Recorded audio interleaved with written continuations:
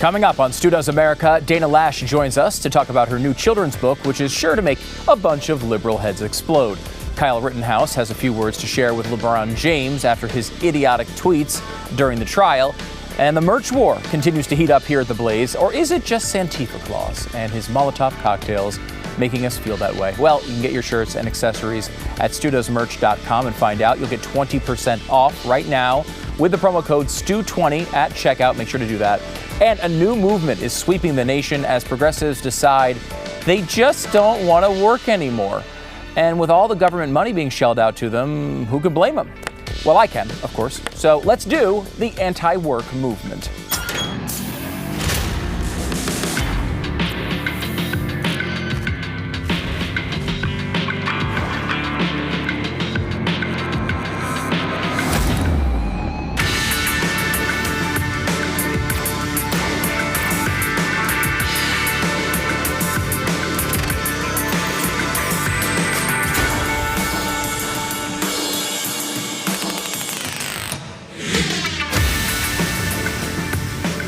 You know, I never really liked work. I've always liked vacation more than work. Do you feel the same way? I'm coming up on a vacation here for Christmas in a couple of weeks.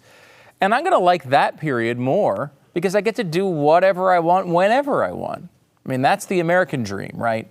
I mean, sure, there's that whole thing about having a good society and taking care of your kids and blah, blah, blah, blah, blah. I just like doing whatever I want, okay? And I think that is the real American way. Screw the white picket fence.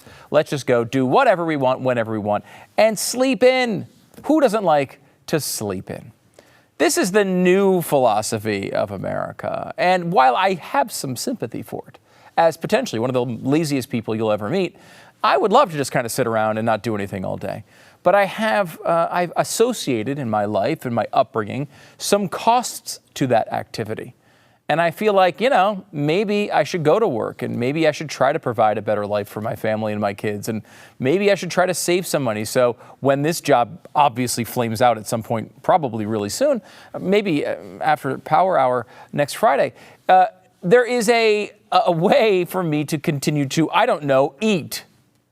That's the way that I've kind of been brought up, probably the way you were brought up too. I mean, isn't that what America is? You go, you work hard, you contribute something to society. Yeah, you can do the things that you want with your extra time, and you save up for retirement where you can maybe enjoy some of the things you weren't able to enjoy earlier in life. That's kind of the way we always thought about it, right? Well, there's a new thing out there that's kind of changing that idea. And it's not entirely unhealthy. There are aspects of it that are okay, and we'll get into that a little bit. But you see this sort of popping up all over the map now. And the progressives are really embracing this. And let me give you one high-profile person who's talked about this lately. And he got a tongue lashing over this one. Okay, this is Prince Harry. Prince Harry was talking about job resignations, you know, and how they're not all bad. He said, it's a sign that with self-awareness comes the need for change. Many people around the world have been stuck in jobs that didn't bring them joy. And now they're putting their mental health and happiness first. This is something to be celebrated, he told Fast Company magazine. Now, he's getting beat up because, you know, he's a prince. His main job for his entire life has been being born. You know, it's kind of tough to take job advice from a prince, okay? And I will say that, you know, arguing that you should stay home and hang out more often is easy to do when you're married to Rachel from Suits. I mean, you know, I don't know. She seems like she would be delightful to stay home with. But I think that there's a situation here where we can look at the idea that Prince Harry is telling everybody, yeah, quit your job. What? Just take the millions of dollars from your family or something. We can understand that. We can mock that, and I think rightly so. But it is something that is really out there.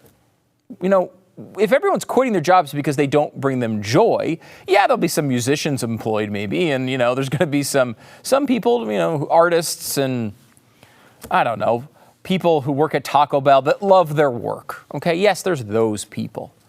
But, you know, who's going to be doing all the dirty jobs in our society outside of Mike Rowe, who is a multimillionaire and just continues to shovel excrement all the time? I mean, he's just, you know, he's America's man. So, I mean, he gets to do whatever he wants. But outside of Mike Rowe, Who's doing the dirty jobs if we're all leaving our jobs if they don't provide us joy? You know what? Not every job provides you joy. I've worked many jobs that have not provided me joy. I worked at McDonald's. I mean, the food, sure, provided me some joy, but I didn't love the work there. I worked at Chili's at one point. Did that bring me joy? Not really. No, brought me more food. It's theme here, growing. But I mean, I worked cleaning up after fires one summer. I worked scheduling furniture deliveries. None of these things I would say gave me joy. They were things that I found joy in the people that I worked with. I worked with a lot of really good people, and I liked them. I found joy in that. I found joy in some of the very small amounts of money that I was able to make, and I certainly learned took some joy out of learning a work ethic. You go to work when you're younger, you're not going to work necessarily for a career. You're going to work so you understand how these things work. You show up on time. You do your best every day. You try to, you work hard. You at least fake working hard. You learn all the important things at an actual job. And it's important to go and do those things when you're young so you're not a schlub later on. So that I'm not supporting you later on, because you know what? I show up here every day as an essential employee in this country. I was forced to come to this place every single day. We didn't stop coming here because of the whole pandemic thing. We said, screw you, COVID. We're coming to work anyway. That's right. The show you're watching was deemed essential by this government. And that's the sort of idiotic decision the government makes all the time. This is the least essential thing in the world, but I still showed up every day because I thought it was important to try to look at the world and give you my perspective and try to understand what the hell was going on in a difficult time. And, I also wanted to make money to bring home to make sure my kids could eat and have some savings and pay for insurance and all the things that you do. And that's not a romantic thing, right? We look at that and we say, it would be great if we could just all do the things that we want to do. We can hang out on the Riviera, all have the beautiful house, hang out at the beach all day. But I mean, that's a meaningless life at some point. It's nice to do sometimes, but it leaves you without meaning, without contribution to society, without contribution to your family, without contribution to yourself. You need to be able to work and grow. And that's the way that we've always done it in this country. And this sort of stuff, is good, hard work a lost concept now? Seems to be more and more lost every single day. And this stuff not only affects the culture, but it affects the economy. And it's a drain on all of our resources and all of our systems. And this attitude is really spreading to people. And it's one of those things that has really accelerated because of the pandemic. If you go back to the beginning of the pandemic, everyone's kind of in relatively normal status. We get to March 2020, everyone goes home. And there's some message that's sent here by the government when we shut down, which is, hey, we can shut down half to 2/3 of the economy and we're all going to be okay. Some businesses will close and some people will struggle, but the country will still go on. We'll just keep printing money and giving it to everyone, and we'll get through these tough times because the government can hand out money to everybody. And the government takes multiple steps throughout this period to send that message to people. Yes, it's a tough time. Yes, COVID is real. Yes, people are dying. Yes, it's a real struggle all around the world, not just here. But we're funneling money to people at rates most of the world did not see.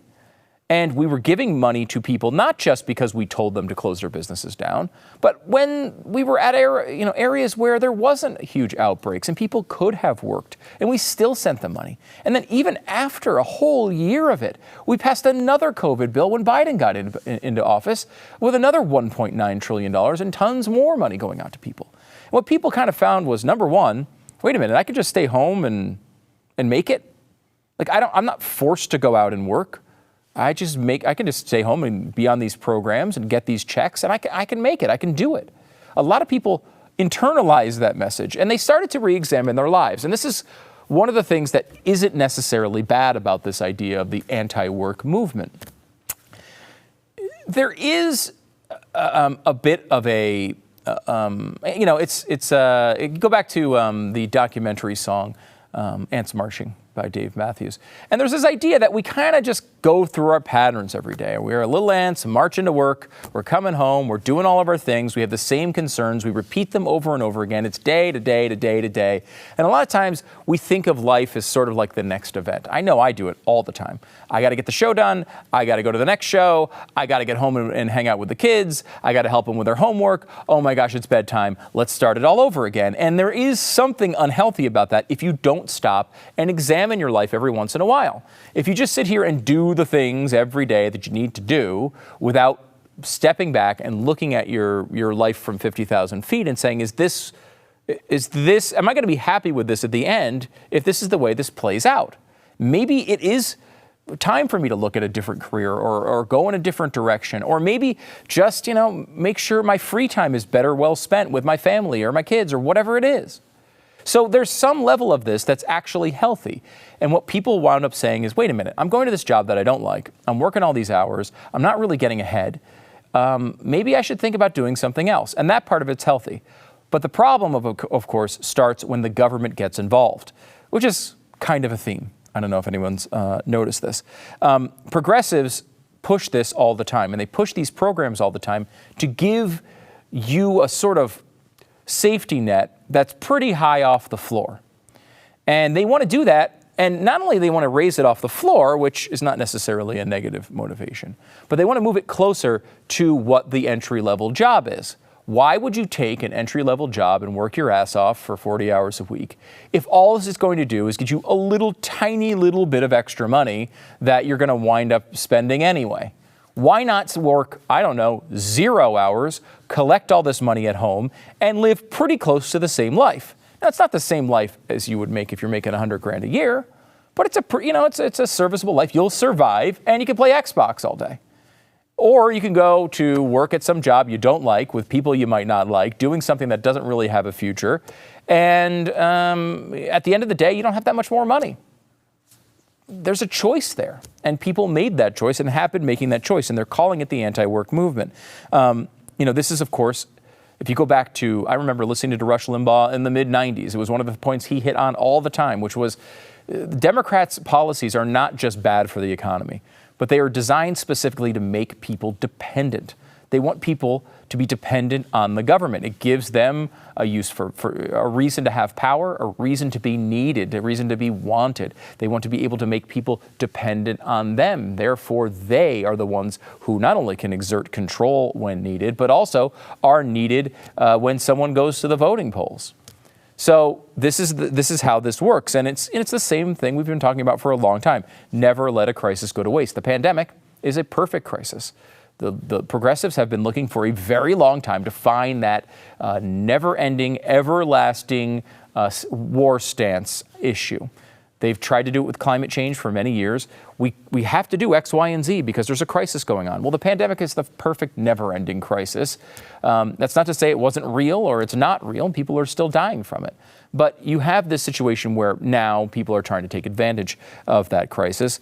And, there's this weird thing that the left is doing right now where they really think you can just do this. You can just make everything free. You can just have everybody just go and become an artist and not, contribute anything to society other than a few paintings here and there. And you might suck at painting. I don't even know. That's not the way society runs. And this is something that has run through progressive thought for a very long time. Let me bring you back to 2010. This is Nancy Pelosi. Think of an economy where people could be an artist or a photographer, a writer, without worrying about keeping their day job in order to have health insurance, or that people could start business and be entrepreneurial and take risks, but not be job locked because a child has asthma or diabetes or someone in the family is bipolar. You name it, any condition is job locking. This was an argument the left was making for Obamacare, and they made it long before that as well, where the idea was, look, what if we if we took care of all your basic needs? If we gave you a cradle-to-grave welfare state where we took care of everything, then you could just do what you want and everyone will be happy, right? Well, here's what this kind of looks like, and it's starting to pick up a lot of steam. The anti-work movement, it's, one of the places you can find it is on Reddit, and they have a subreddit called Anti-Work. And let me give you some of the thoughts, the way that this movement is thinking right now. Working your whole life just to enjoy a few years when you're close to death is one of the biggest scams. I know this is the norm in America, but getting home at 6 p.m. and having 2 to 3 hours to yourself is just the craziest S ever. Every time I read some weekend column about a boomer struggling to retire on $100,000 a year and a multi-million-dollar home, I'm reminded that my retirement plan is to die in the climate wars. There's your everlasting state of war in effect. Would you flip burgers for a salary of $350,000 a year? You would? Well, damn, that sounds like people are okay with working. It's the money that's the problem. Yeah, but these companies don't earn $350,000 a year off your burger flipping. That's the problem. You could say all you want that workers, and this is an argument commonly made on the left right now. Well, people would work if you just paid them what they're worth. Well, it's just not true. Paying them what they're worth right now is not getting enough people into the businesses. You could say that they should raise those costs, but what is also going to happen if they raise the hourly rate, they're also going to be raising costs on all the food and no one's going to come in.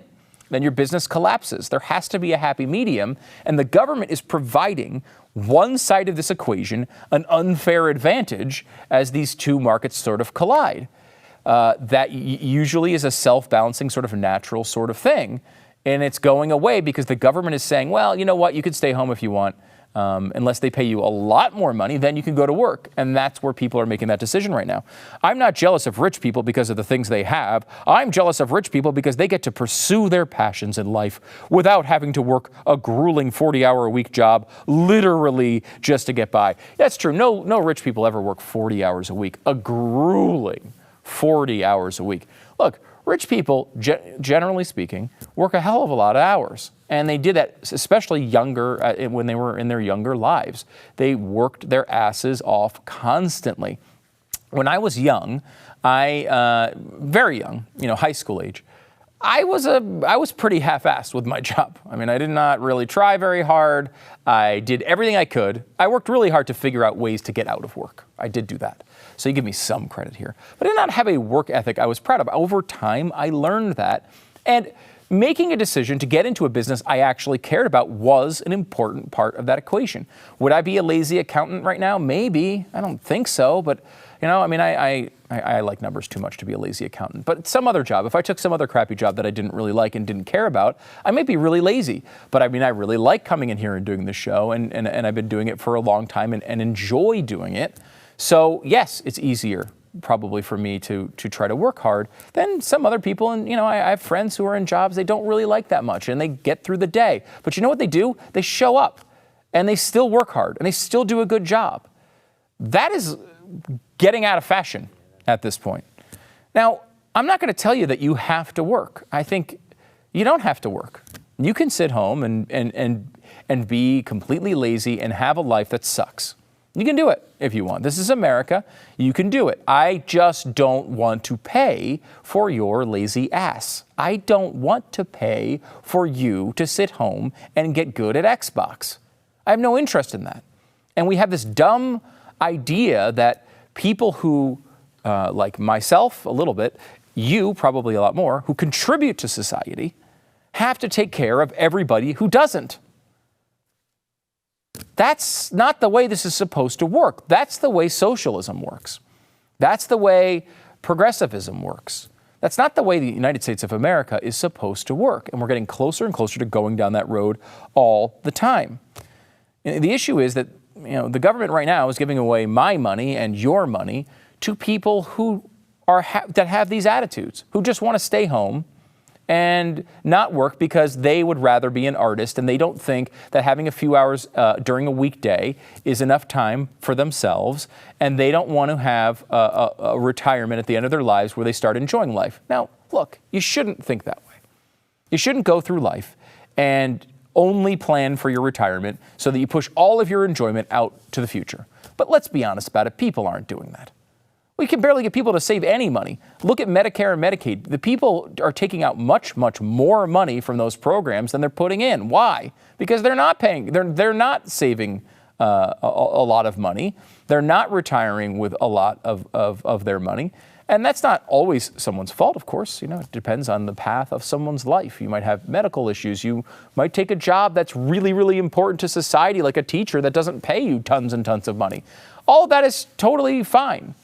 But we do have to recognize that there are some people taking advantage of those hardworking teachers, of those hardworking policemen, of those hardworking firefighters, of those hardworking people who work at Taco Bell or who work at a hedge fund. Beating up other people for the choices they make for their jobs is just silly.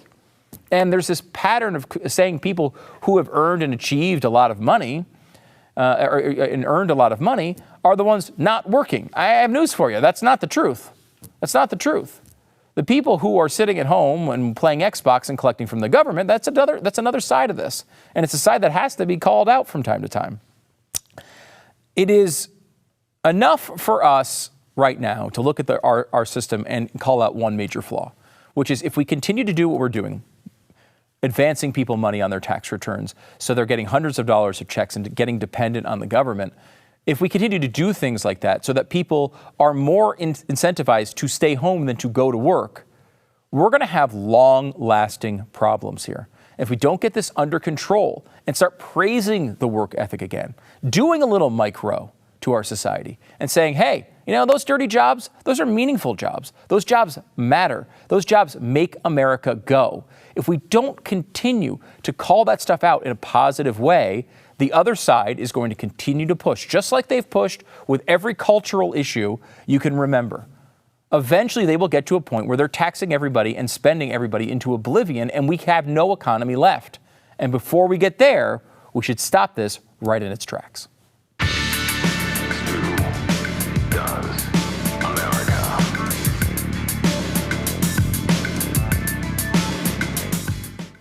Making content online, it's an essential part of what I do here to keep this little show going, but it hasn't always been a seamless creative process. Ever since I found Canva Pro, I can design anything like a pro on any device.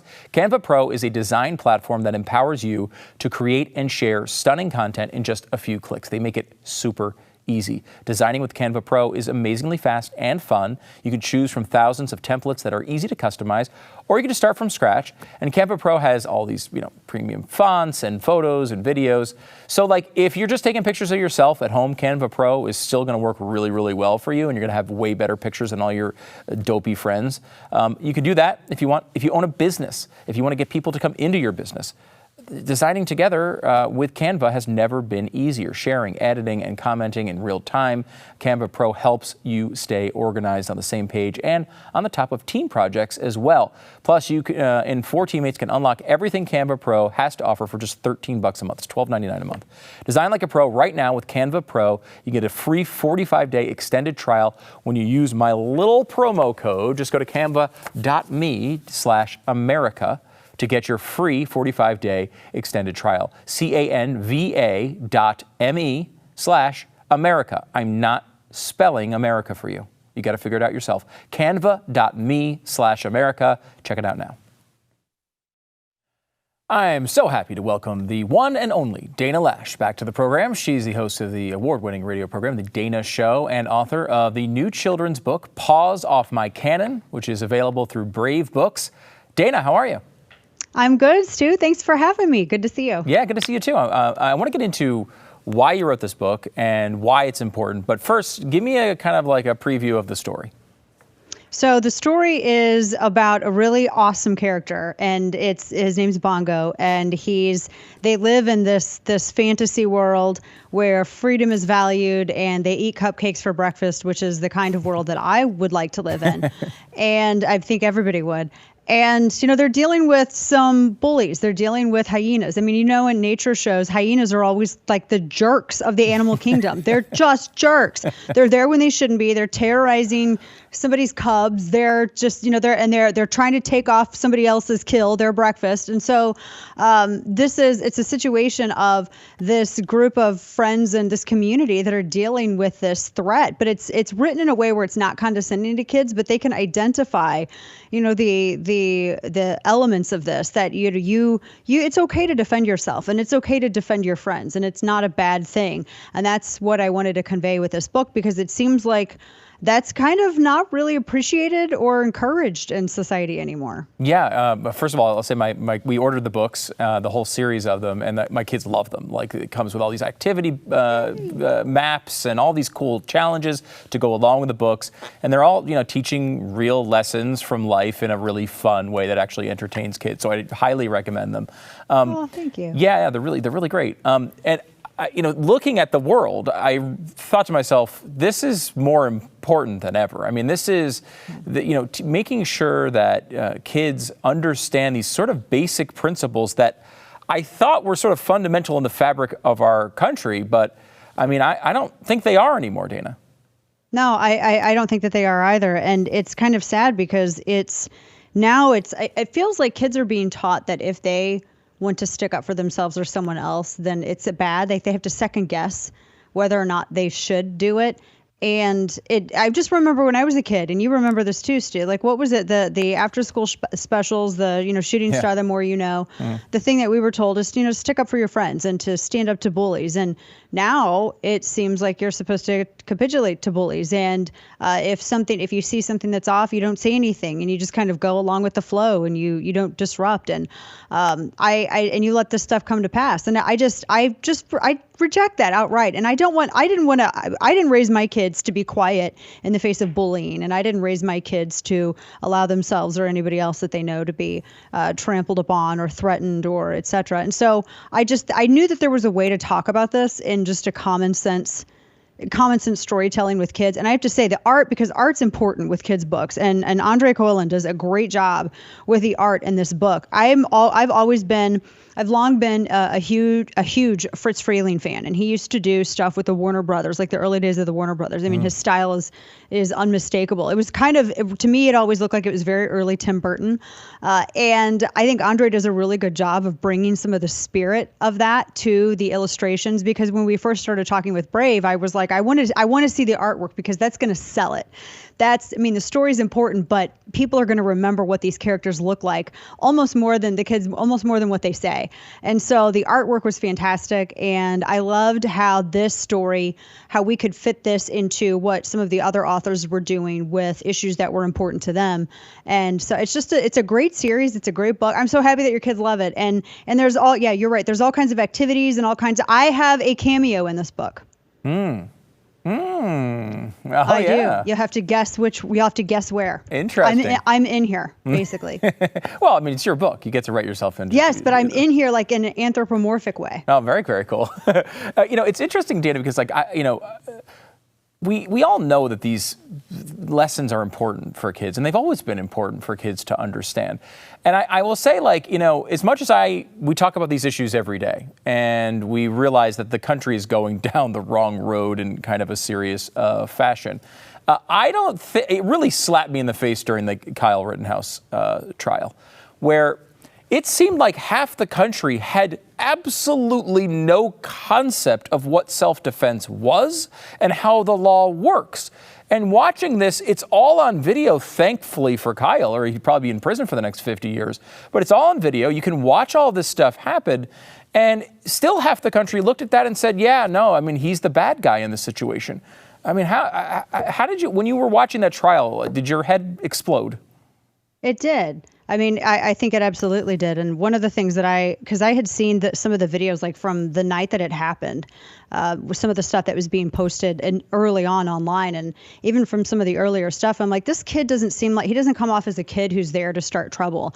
Because I think one of the first videos that I saw was when he was saying, medic, and act. I mean, that's not, if you're going to start trouble, you're not yelling, I'm friendly. I mean, he was literally in the street going, I'm friendly, I'm a medic, does anybody need help? And he had some first aid training, and he was just, saying words that people would recognize.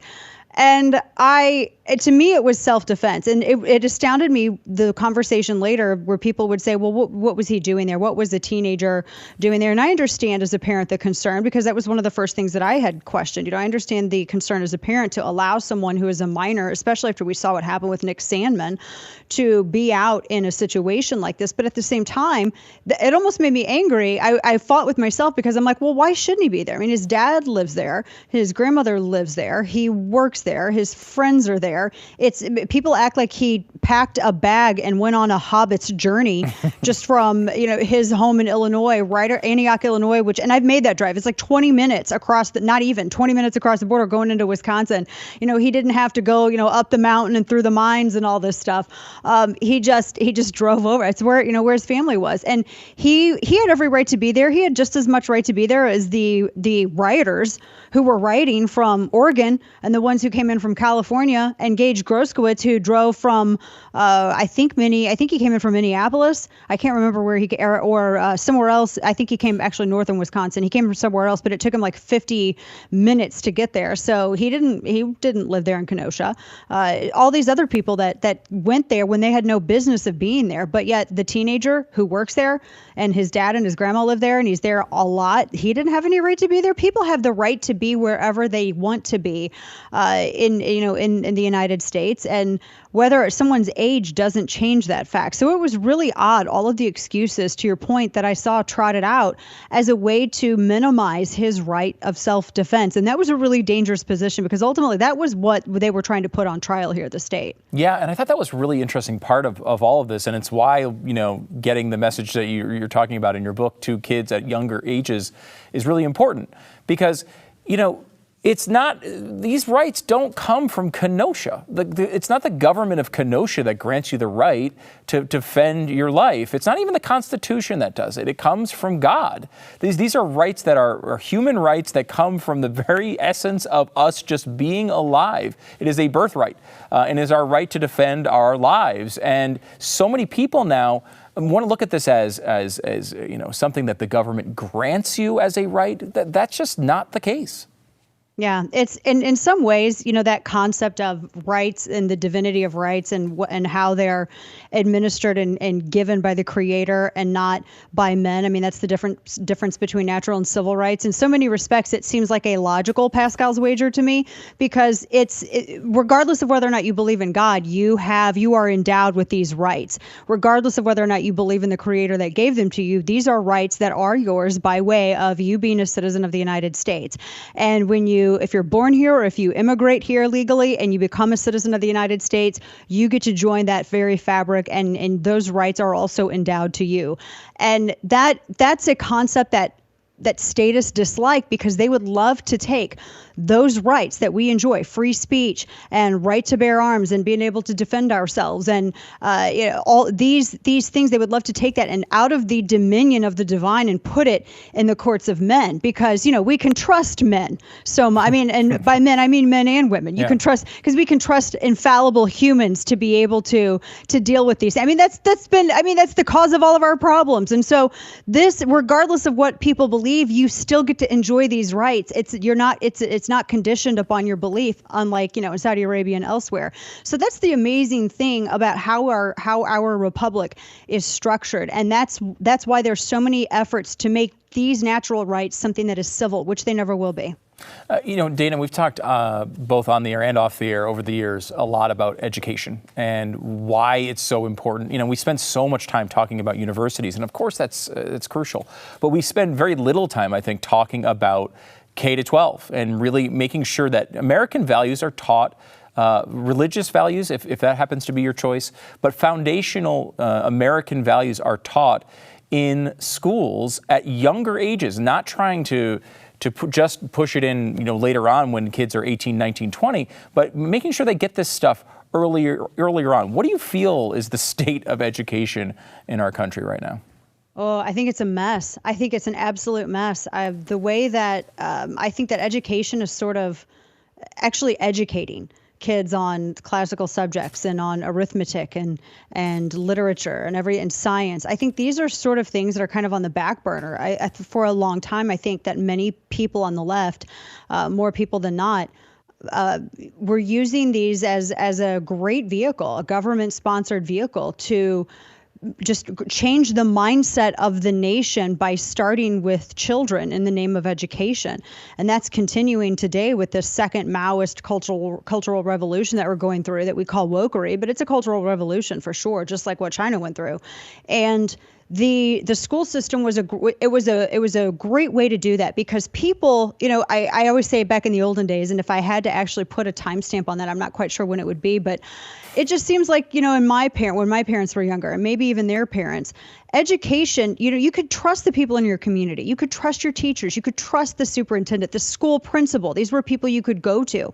And now it's like everybody's suspect. Everyone is so politically tribal, and people are using these institutions that were designed to serve, whether, the public education and the funding of it's a separate issue, but designed to serve, and using it as this vehicle to indoctrinate kids and teach them to hate the underpinnings of the country and the very structure of the country, so that they could then be relied upon as extra force to help change it later. And now it's, there's so many parents that are taking their kids out of schools, they're going to private schools, they're homeschooling. We really have to have a conversation in this country about the state of public education, because we have kids that go for, I think, 10 months out of the year, and they go for 8 hours a day, and yet our test scores are lower than everyone else's. And while we're arguing over pronouns, China's overtaking the world and building up an army and everything else. And we're sitting here talking about white rage and whether or not we can say they or za as pronouns. It's insane. Yes, it's beyond insane. This is the reason why you need to get these books. If you have someone in your life, your kid, your grandkid, your nephew, your niece, whoever it is that can really learn from some real American principles, put in an entertaining fashion. There's a series of books called Brave Books. This is book 6 of Saga 1. It's called Paws Off My Cannon, and of course Dana does it, so it's awesome, and you know that going in. But you should definitely pick it up. Dana, of course, has a show on the First streaming network and host of the Dana Show, and author of Paws Off My Cannon. You can purchase that through Brave Books. Make sure you do so. Dana, thanks so much. Great to see you. Thank you, Stu. So good to see you. Glad you love them. Thank you.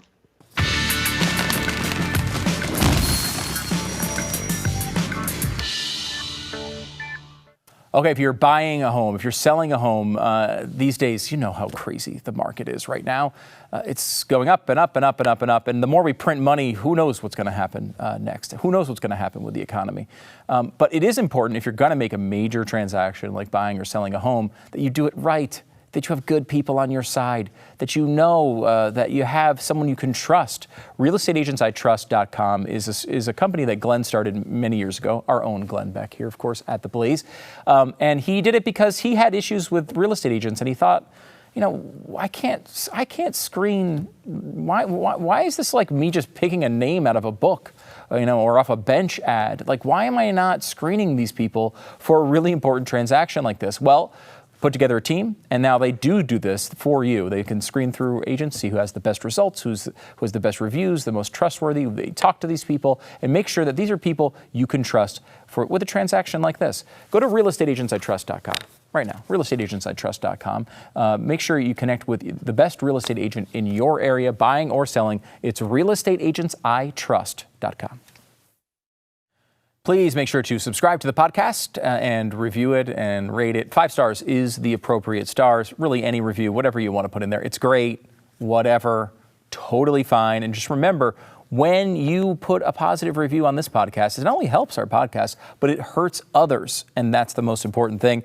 This one comes in, what won't you do, Stu Does America? Stu does whatever. 5 freaking stars. Thank you so much.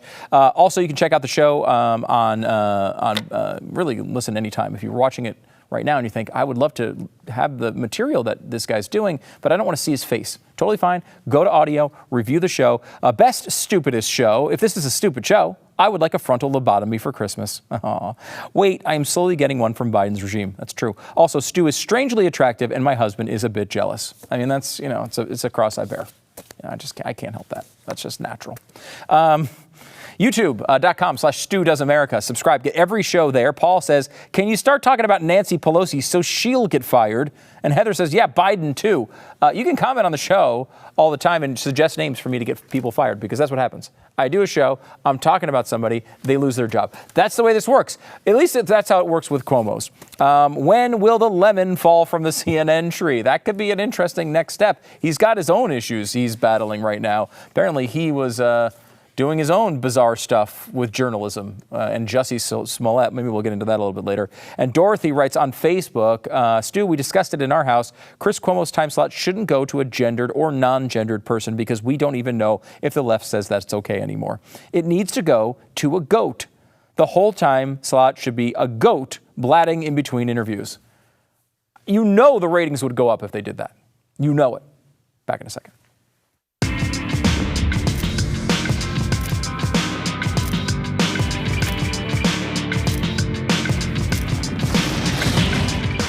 Let me tell you a little bit about Moink Box. Moink delivers grass-fed and grass-finished beef and lamb, pastured pork and chicken, and wild-caught Alaskan salmon directly to your door.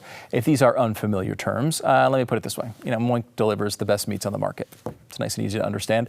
We're talking about fish that live wild in the ocean, free of antibiotics, hormones, sugars, all the other junk you might get in the prepackaged meat aisle. Now, I'm not a big meat guy, as you may know, but my friends and family love it. My wife loves Moink Box. She loves the fillets and the salmon in particular. You can sign up at moinkbox.com/stew today and get a year of ground beef for free, and then pick whatever meats you want delivered with your first box. It's an incredible deal. You can change what you'd like to get each month. If you like, you can cancel anytime. They make it super easy. Moink is the movement to join today. Go to moinkbox.com/stew. Right now, you can get a free ground beef for an entire year. That's 1 year of the best ground beef you'll ever taste for a limited time. Spelled MOINK box.com/stew. Moinkbox.com/stew. So Kyle Rittenhouse was in studio here yesterday. In fact, I walked out of the show yesterday and I was doing some stuff around here, and all of a sudden I turn around and there's Kyle Rittenhouse, just kind of hanging out in the hallway with his two little adorable dogs. Seemed like a very nice guy, and the nonsense he's had to deal with has been covered in real detail here on this program. And of course, our own Elijah Schaffer goes back to that night. I mean, he was one of the first people who interviewed Kyle before the shooting. And so he was on You Are Here. Of course, we love You Are Here with Elijah and Sydney. And this is the part I love about this more than anything else. Kyle started talking about the LeBron James situation. He was asked about it, and he said, I liked LeBron. He's like, and then I'm like, you know what? F you, LeBron. He actually was a Lakers fan before LeBron tweeted about him and said he was fake crying. He said I was really pissed off that he said that. And this just proves the point we've made on this program over and over and over again. LeBron James is a terrible human being in every way. By the way, don't be an idiot. Don't be a LeBron. You can get that shirt at don'tbealebron.com. Jussie Smollett is kind of an idiot in his own right. He's been testifying. And we mentioned this earlier. Don Lemon apparently was in contact with this guy. Now, I don't know what their relationship was, but apparently they were friendly on some level. Smollett testified that he'd received a text from Don Lemon supposedly relaying information that the CPD didn't believe Smollett's account of what happened. Now, this is right off the Cuomo scandal, where this access to journalism seems to be something that CNN personalities kind of use for their own personal benefit. Lemon eventually told his viewers that the story was personal because he had contact with Smollett. He said that he was innocent until proven guilty, but he squandered the goodwill of a whole lot of people if his story wasn't true. He even lied to a lot of people, including me, and that's not cool. Actually, that's the one thing I think that is cool that Jussie did. I think lying to Don Lemon is the only good thing Jussie Smollett has ever done. Back in a second.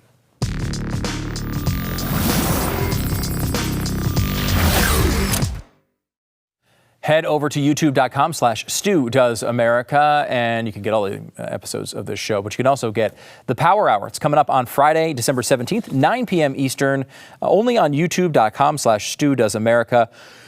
Confirmed, myself, Chad Prather, half-Asian lawyer Bill Richmond, Jason Buttrill, Sarah Gonzalez, Lisa Page, my wife, who is going to be overseeing my idiocy. That's going to be a lot of fun.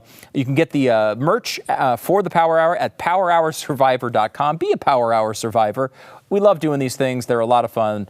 We basically take a shot of beer for an hour, try to talk politics and make idiots of ourselves. We will do that coming up Friday, December 17th. Also, if you go to StewDoesPowerHour.com, you can RSVP for this event. If you do that, you're going to be on a list, and we're going to be giving away some stuff to people on that list. So check it out, StewDoesPowerHour.com. And, of course, the merch for Christmas, StewDoesMerch.com. We got Andrew Cuomo is awful. Chris Cuomo is worse. Don Lemon is worser. And, of course, the Nancy Pelosi sucks pens. Pick them all up. 20% off. Use the code STEW20. We will see you tomorrow.